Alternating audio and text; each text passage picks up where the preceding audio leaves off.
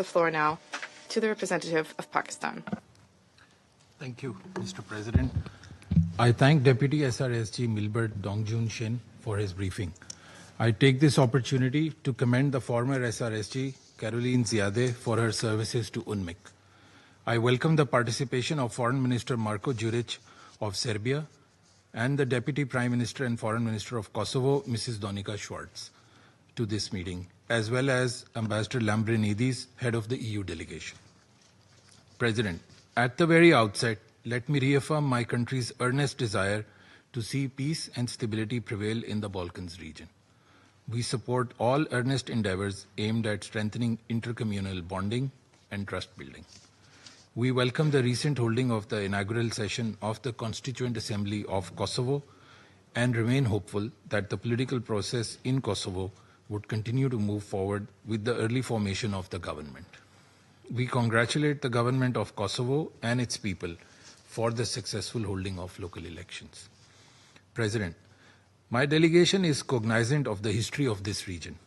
We remain convinced that a sustained dialogue and the earnest and full implementation of commitments made under the 2013 Brussels Agreement and the 2023 Ohrid Agreement can lead to lasting peace, stability, and tranquility.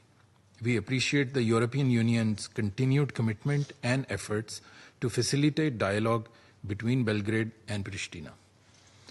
We hope that both sides will sincerely commit to the political process and refrain from unilateral actions that could escalate tensions. Divisive rhetoric, hate speech, and incidents of religious intolerance remain a matter of concern.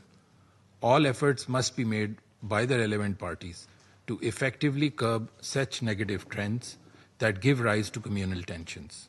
In this context, we note with appreciation the efforts by UNMIC to foster dialogue and promote harmony and spirit of coexistence amongst various communities in Kosovo. We are concerned by the lack of tangible progress to bring those responsible for the Iber-Lipenj Canal and the Banjska attack of 2023 to justice. We hope that the authorities from both sides would cooperate earnestly towards this end. Mr. President, Pakistan enjoys friendly relations with both Kosovo and Serbia and remains a steadfast supporter of stability and prosperity in that region.